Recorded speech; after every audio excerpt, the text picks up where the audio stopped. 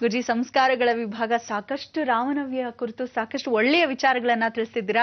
ಹಾಗೆ ಇದರ ಪ್ರಯುಕ್ತ ವೀಕ್ಷಕರೇ, ನಾಳೆ ವಿಶೇಷ ರಾಮನವಮಿ, ವಿಶೇಷವಾಗಿ ಬೃಹತ್ ಬ್ರಹ್ಮಾಂಡ ಕಾರ್ಯಕ್ರಮ ಬಹಳಾನೇ ವಿಶೇಷವಾಗಿ ಮೂಡಿ ಬರಲಿದೆ. ತಪ್ಪದೆ ವೀಕ್ಷಿಸಿ ಅಂತ ಹೇಳ್ತಾ, ಗುರುಜಿ ಸಂಸ್ಕಾರಗಳ ವಿಭಾಗದಲ್ಲಿ ಏನ್ ತಿಳಿಸ್ಕೊಡ್ತಾ ಇದ್ದೀರಾ ಇವತ್ತು? ಜೀವನ ಅನ್ನೋದು ಬಹಳ ಒಂದು ದಿವಸದಲ್ಲ, ಇಡೀ ಜೀವಮಾನ ಸಾಗಿಸ್ಬೇಕಾದ ಕಷ್ಟಗಳು. ರಾಮಚಂದ್ರನು ಎಷ್ಟು ಕಷ್ಟ ಸಾಗಿಸ್ದ ಅಂದರೆ ಅವನಿಗೋಸ್ಕರ ಹೋಗಿಲ್ಲ, ಜಯ ವಿಜಯರಿಗೆ ವಿಮುಕ್ತಿಯನ್ನು ಕೊಡ್ಸೋಕ್ಕೋಸ್ಕರ. ಅದಕ್ಕೆ ರಾವಣ ಕುಂಭಕರ್ಣನ ಮೋಕ್ಷವನ್ನು ಕೊಡ್ಸೋಕ್ಕೋಸ್ಕರ ಅವನ ಜನ್ಮವನ್ನು.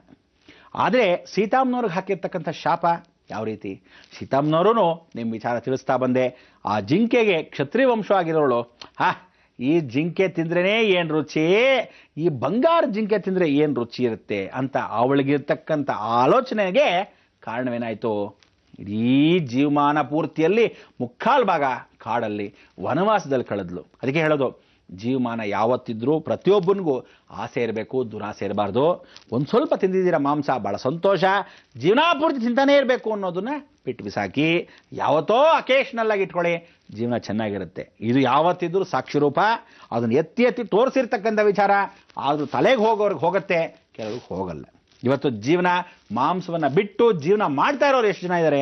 ಯಾವ ಕಾಲಕ್ಕೂ ಗೋಹತ್ಯೆ ಮಹಾಪಾಪ ಅಂತ ಆ ಗೋಹತ್ಯೆ ಮಾಡದೇ ಇರತಕ್ಕಂಥವ್ರು ಎಷ್ಟು ಜನ ಇದ್ದಾರೆ? ಅದಕ್ಕೆ ಇವತ್ತು ರಾಮ ಹುಟ್ಟಿದಬ್ಬ. ಇವತ್ತು ನೀವೆಲ್ಲ ಏನು ಮಾಡಬೇಕು? ಸಾಯಂಕಾಲ ದಯವಿಟ್ಟು ಈ ಸಂಸ್ಕಾರದಲ್ಲಿ ಹೇಳ್ತಾ ಇದ್ದೀನಿ, ಗೋ ಪೂಜೆಗಳನ್ನು ಮಾಡ್ಕೊಳ್ಳಿ. ಹಸು ಗೋ ಪೂಜೆಯನ್ನು ಎಷ್ಟು ಚೆನ್ನಾಗಿ ಮಾಡ್ಕೊತೀರಾ, ಎಷ್ಟು ಚೆನ್ನಾಗಿ ಗೋಗಳನ್ನು ಅರ್ಶಿನ ಕುಂಕುಮ ಹಚ್ಚಿ ಪ್ರದಕ್ಷಿಣೆ ಪೂರ್ವಕ ನಮಸ್ಕಾರ ಮಾಡ್ಕೊತೀರಾ. ಆ ಅರ್ಶಿನ ಕುಂಕುಮದ ಜೊತೆಗೆ ಬಾಳೆಹಣ್ಣನ್ನು, ಬೆಲ್ಲವನ್ನು, ಸ್ವಲ್ಪ ಮಟ್ಟಿಗೆ ಅಕ್ಕಿಯನ್ನು ಹಸುಗೆ ತಿನ್ನಿಸ್ತಕ್ಕಂಥ ಅವಕಾಶವನ್ನು ಮಾಡ್ಕೊತೀರ. ಎಲ್ಲರೂ ವಿಶೇಷವಾಗಿ ಗೋಪೂಜೆಯನ್ನು ಕಾಲು ತೊಳೆದು ನಮಸ್ಕಾರ ಮಾಡ್ಕೋಬೇಕು. ಹಸುಗೆ ಕಾಲು ತೊಳೆದು ನಮಸ್ಕಾರ ಮಾಡಬೇಕು. ಹಸುವು ಯಾವತ್ತು ಬರೀ ಹಸುಗೆ ನಮಸ್ಕಾರ ಮಾಡಿದ್ರೆ ಪ್ರಯೋಜನ ಇಲ್ಲ, ಹೇಳಿದ್ದೀನಿ. ಹಸು ಕರು ಎರಡೂ ಇರಬೇಕು, ಅದು ಒಳ್ಳೆ ಆಕಳಾಗಿರಬೇಕು. ಇಂಥದ್ದಕ್ಕೆ ನಮಸ್ಕಾರ ಮಾಡಿದ್ರೆ ಶ್ರೇಷ್ಠ. ಕೆಲವರು ಏನು ಮಾಡ್ತಾರೆ, ಗೊಡ್ಡ ಹಸು ಅಂತೀವಿ. ಕೆಲವರು ತರ್ತಾರೆ ಸೀಮೆ ಹಸುಗೆ ನಾವುಗಳು ನಾಟಿ ಕೂಗಿದ್ರೆ ನೋಡಿ, ಸೀಮೆ ಹಸುಗೆ ನಾಟಿ ಕರು ತೊಗೊಂಬಂದ್ಬಿಟ್ರೆ ಇದ್ರ ಅಮ್ಮನೇ ಬೇರೆ, ಅದು ಯಾವುದೋ ಮಗು ತಗ್ದ ಪಕ್ಕದ ನಿಂತ್ಕೊಂಡ್ಬಿಟ್ಟಿರ್ತಾನೆ. ಪಾಪ ಇದು ಆನಲ್ಲ, ಇದು ಹೂನಲ್ಲ, ಅದು ಸೀಮೆ ಹಸು ಬ್ರೀಡು, ಇಲ್ಲಿ ನಾಟಿ ಹಸು.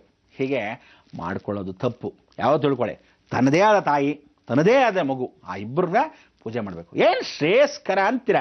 ಆಮೇಲೆ ಹೀಗೆ ಬರೀ ಗೋ ಪೂಜೆ ಅಂದರೆ ಬರೀ ಗೋಗಳು ಪೂಜೆ ಮಾಡ್ತೀರ.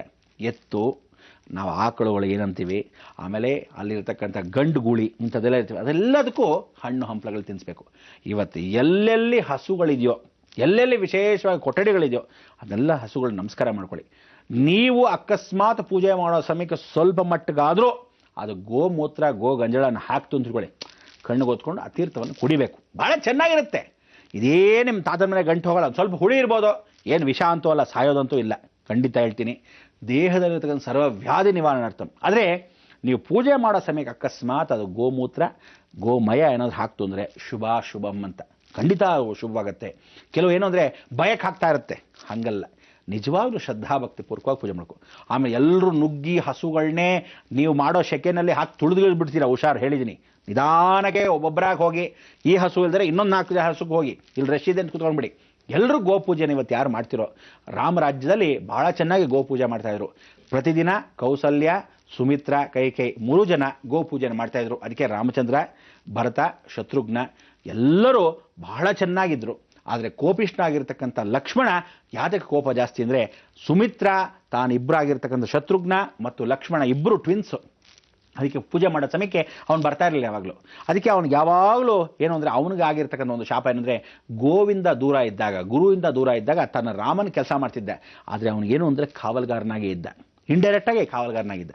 ಇವನು ನಿದ್ದೆನ ಯಾರು ಕೊಟ್ಟಿದ್ದ ಅಂದರೆ ಅವನ ಹೆಂಡತಿಗೆ ಕೊಟ್ಟು ಬಂದಿದ್ದ. ಅದಕ್ಕೆ ಊರ್ಮಿಳ ಅನ್ನೋ ಹೆಂಡತಿ, ಆ ಊರ್ಮಿಳಾಗೆ ಅವನ ಹೆಂಡತಿಗೆ ಪೂರ್ತಿ ನಿದ್ರೆ, ನೋಡು ರಾಮನ ಸೇವೆ ಮಾಡೋವರೆಗೂ ನನ್ನ ನಿದ್ರೆ ಪೂರ್ತಿ ನಿನ್ನ ಹತ್ರ ಇರಲಿ, ನಿದ್ರಾದೇವಿ ನಿನ್ನ ಹತ್ರ ಇರಲಿ, ನಂದೆಲ್ಲ ನಿದ್ರೆ ನೀನು ಮಾಡಲಿ. ರಾಮನಿಗೆ ಅಷ್ಟು ಸೇವಕನಾಗಿದ್ದ. ಆ ಸೇವಕನಾಗಿರೋದಕ್ಕೆ ಲಕ್ಷ್ಮಣನಿಗೆ ಈ ಒಂದು ಶಾಪ. ಅದಕ್ಕೆ ಗುರು ಶಾಪ ನಿಂದನೆಯನ್ನು ದೂರ ತಳ್ಳು ಅಂದಾಗ ಆಗ ವಿಶ್ವಾಮಿತ್ರ ಅವನು ಹೇಳಿದ್ರು, ನೋಡಿ ಇನ್ಮೇಲೆ ಹಾಗೆ ಮಾಡಬೇಡ, ಹಸು ಪೂಜೆಯನ್ನು ಮಾಡು ಅಂತ.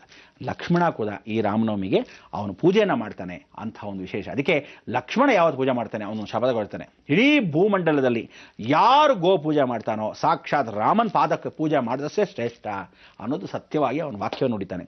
ಅದಕ್ಕೋಸ್ಕರ ಇವತ್ತು ಎಲ್ಲ ಕಪಿಶ್ರೇಷ್ಠರ ಕೈಯಲ್ಲಿ ಸುಗ್ರೀವ ಆಜ್ಞೆ ಹೊಳಿಸ್ತಾರೆ. ಸುಗ್ರೀವ ಆಜ್ಞೆ ಅಂದರೆ ಆ ಕಾಲದಲ್ಲಿ ಆಂಜನೇಯನಿಗೆ ಸೇನಾಧಿಪತಿಯನ್ನು ಮಾಡಿದ್ರು. ಸುಗ್ರೀವ ವಾಲಿ ಸುಗ್ರೀವ ಅಂತ ಹೇಳಿದ್ರು. ಆ ಸುಗ್ರೀವನಿಗೆ ಸುಗ್ರೀವ ಆಜ್ಞೆ ಅಂದ್ರೆ ಏನೋ ಅವ್ನು ಹೇಳಿದ್ದು ಕಪಿಶ್ರೇಷ್ಠಗಳು ಕೇಳ್ತಿತ್ತು, ಆ ಲೆವೆಲ್ಗೆ ಇಟ್ಟಿದ್ರು.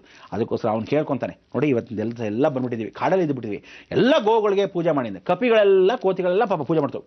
ಅದಕ್ಕೆ ನಾವುಗಳು ಕಪಿಯಿಂದಾನೇ ಬಂದಿರೋರಾಗಿರಿಂದ ಮನುಷ್ಯರೆಲ್ಲ ಕೋತಿಗಳು ಹೋಗಿ ಬಾಲ ಎಳೆಯೋದು ಎಲ್ಲ ಮಾಡಬೇಡಿ.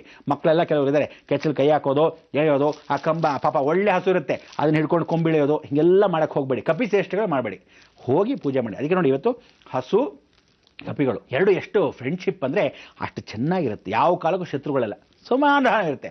ಅದಕ್ಕೆ ಆ ಸುಗ್ರೀವಾಜ್ಞೆ ಕೂಡ ಇವತ್ತಿನ ದಿವಸ ರಾಮನವಮಿಗೆ ಪೂಜೆ ಪುನಸ್ಕಾರ ಮಾಡೋದು. ನಾಳೆ ರಾಮನವಮಿಗೆ ಏನೇನು ತಯಾರು ಮಾಡ್ಕೋಬೇಕು ಎಲ್ಲ ವಿಚಾರ ಹೇಳಿದ್ದೀನಿ. ರಾಮನವಮಿ ಕಾರ್ಯಕ್ರಮ ಬಹಳ ವಿಶೇಷವಾಗಿರ್ತಕ್ಕಂಥ ವಿಚಾರ. ರಾಮನವಮಿಗೆ ಮಾಡಬೇಕಾದ್ದು ಏನೊಂದು ಬೇಲ್ದ ಹಣ್ಣಿನ ರಸನೇ ಮಾಡಬೇಕು, ವಿಶೇಷವಾಗಿ ರಂಗೋಲಿಗಳನ್ನು ಹಾಕಿ ರಾಮ್ ಪಟ್ಟಾಭಿಷೇಕ. ನಿಮ್ಮ ಮನೇಲಿ ಯಾವತ್ತೂ ತಿಳ್ಕೊಳ್ಳಿ, ಮನೇಲಿ ಯಾವ ಕಾಲಕ್ಕೂ ಏನಾದರೂ ಸರಿ ನಿಂತಿರೋ ರಾಮ ಮನೇಲಿ ಇಟ್ಕೋಬೇಡಿ. ಹೇಳಿದ್ದೀನಿ, ರಾಮ ಸೀತಾ ಲಕ್ಷ್ಮಣ ಆಂಜನೇಯ ಯಾವತ್ತಿದ್ರೂ ಪಟ್ಟಾಭಿರಾಮನಾಗೇ ಇರಬೇಕು. ಪಟ್ಟದ ಮೇಲೆ ಕೂತಿರ್ಬೇಕು, ರಾಮನ ಪಕ್ಕದ ತೊಡೆ ಮೇಲೆ ಸೀತಾಮ್ಮನವ್ರು ಕೂತಿರ್ಬೇಕು, ಲಕ್ಷ್ಮಣ ನಿಂತಿರಬೇಕು, ಭರತ ಶತ್ರುಘ್ನ ಆಂಜನೇಯ ಕೆಳಗೆ ಕೂತಿರ್ಬೇಕು. ಇದು ನಿಜವಾದ ರಾಮ ಪಟ್ಟಾಭಿಷೇಕದ ಪಟ. ಯಾವ್ದಾದ್ರು ನಿಂತಿರೋ ರಾಮ ಇದ್ರೆ ದಯವಿಟ್ಟು ಎತ್ಕೊಂಡು ಹೋಗಿ ರಾಮ ಮಂದಿರಗಳು ಕೊಟ್ಟುಬಿಡಿ, ಅಲ್ಲಿ ರಾಮನ ನಿಂತು. ಯಾಕಂದರೆ ಯುದ್ಧಕ್ಕೆ ನಾವು ಹೋಗ್ತಾ ಇಲ್ಲ, ಪಟ್ಟಾಭಿಷೇಕ ಮುಗಿಸ್ಕೊಂಬಂದು ರಾಮ ಪಟ್ಟಾಭಿಷೇಕ ಮಾಡಿಸ್ತಿದ್ದೀವಿ. ಅದಕ್ಕೆ ದಯವಿಟ್ಟು ಎಲ್ಲರ ಮನೆಯಲ್ಲಿ ಆಚರಿಸ್ತಕ್ಕಂಥ ಇವತ್ತು ರಾಮನವಮಿಗೆ ಇವತ್ತೇ ಸಾಯಂಕಾಲ ಹುಟ್ಟದಬ್ಬ ಗೋಪೂಜೆಯನ್ನು ಮಾಡ್ಕೊಳ್ಳಿ. ರಾಮನ ಹುಟ್ಟದಬ್ಬ ಆಚರಿಸ್ತಿ. ನಾಳೆ ನವಮಿ ಎಲ್ಲೋ ಪಾನಕ ಕೋಸಂಬರಿ ಹಂಚಿ ಶ್ರವಣಕುಮಾರನ್ನು ನೆನೆಸ್ಕೊಳ್ಳಿ. ಸತ್ಯವನ್ನು ನುಡಿತೀನಿ ಅಂತ ಇನ್ನು ಮೇಲೆ ಮಾತನ್ನು ಕೊಡಿ. ಯಾರಿಗೆ ಮಾತು ಕೊಡ್ತೀರಾ? ನಿಮ್ಮ ತಾಯಿಗಾದರೂ ಕೊಡಿ, ರಾಮನ ಮೇಲೆ ಆದರೂ ಪ್ರಮಾಣ ಮಾಡಿ. ಪುಂಡ್ರಿ ಪೋಖ್ರಿಗಳ ಥರ ರೌಡಿಸಮ್ ಮಾಡಿಕೊಂಡು ರೋಡ್ ಬೀದಿಗಳಲ್ಲಿ ಏನು ಅಲಿತಿದ್ದೀವಿ ಅದನ್ನೆಲ್ಲ ಬಿಟ್ಟು ಬಿಸಾಕ್ತೀನಿ ಅಂತ ಹೇಳಿ ಭಗವಂತನ ಮೇಲೆ ಪ್ರಮಾಣ ಮಾಡಿ. ರಾಮ ರಾಜ್ಯದಲ್ಲಿ ಇರೋಣ, ಯಾರು ಹೆಂಗಾದ್ರೂ ಸರಿ ನನಗೆ ಯಾಕೆ ಆಗಬೇಕು ಊರ ಜಗಳ ಅನ್ನೋ ರೀತಿ ನೀವುಗಳಿದ್ರೆ ನಿಜವಾಗ್ಲೂ ಇವತ್ತಿನ ದಿವಸ ರಾಮ ರಾಜ್ಯ ನಿಮ್ಮದಾಗತ್ತೆ. ಆ ರಾಮಚಂದ್ರನೇ ಸ್ವತಃ ಆಶೀರ್ವಾದ ಮಾಡ್ತಾನೆ ಅಂತ ನಮಗೆ ಅನುಗ್ರಹ ಸಿಗುತ್ತೆ. ಸೂರ್ಯವಂಶಸ್ಥಕ್ಕೆ ಏನೇನು ದೋಷ ಇದೆ ದೂರವಾಗುತ್ತೆ, ನಿಮ್ಮೆಲ್ಲರಿಗೂ ಅನುಗ್ರಹ ಸಿಗುತ್ತೆ. ಭಗವಂತ ಕೃಪಾ ಕಟಾಕ್ಷ ಯಾವಾಗಲೂ ಹೀಗೆ ಇರಲಿ. ನಮ್ಮ ರಾಜ್ಯ ಅಲ್ಲ, ಇಡೀ ಜಗತ್ತು ರಾಮರಾಜ್ಯವಾಗಿರಲಿ ಅಂತ ಪ್ರಾರ್ಥನೆ ಮಾಡ್ಕೊಳ್ಳೋಣ. ಲೋಕ ಸಮಸ್ತ ಸುಖಿನೋ ಭವಂತು, ಸನ್ಮಂಗಳಾನಿ ಭವಂತು. ಗುರುಜಿ, ರಾಮನವಮಿ ನಾಳೆ ಆದ್ರೂ ಕೂಡ ಇವತ್ತೇ ರಾಮ ಹುಟ್ಟಿದ್ದು ಅಂತ ಹೇಳ್ತೀರಿ. ಹಾಗೆ ರಾಮನವಮಿ ಹೇಗೆ ಪ್ರಾರಂಭಗೊಂಡಿತು, ದಶರಥ ಮಹಾರಾಜ ಇದನ್ನ ಪ್ರಾರಂಭ ಮಾಡಿದ್ದು ಏನು, ಅದಕ್ಕೆ ಕಾರಣ ಅಂತ ಕೂಡ ಬಹಳನೇ ಸೊಗಸಾಗಿ ತಿಳಿಸ್ಕೊಟ್ರಿ. ಇವತ್ತೆಲ್ಲರೂ ಮರಿದೆ ಗೋಪೂಜೆ ಮಾಡ್ಲೇಬೇಕು, ಅದರಿಂದ ನಮ್ಗೇನು ಫಲಗಳು ಸಿಗತ್ತೆ ಅಂತ ಕೂಡ ಬಹಳನೇ ಅಚ್ಚುಕಟ್ಟಾಗಿ ತಿಳಿಸ್ಕೊಟ್ರಿ. ನಮ್ಮ ಈ ಕಾರ್ಯಕ್ರಮಕ್ಕೆ ಆಗಮಿಸಿದ್ದಕ್ಕಾಗಿ ಧನ್ಯವಾದಗಳು ಗುರುಜಿ.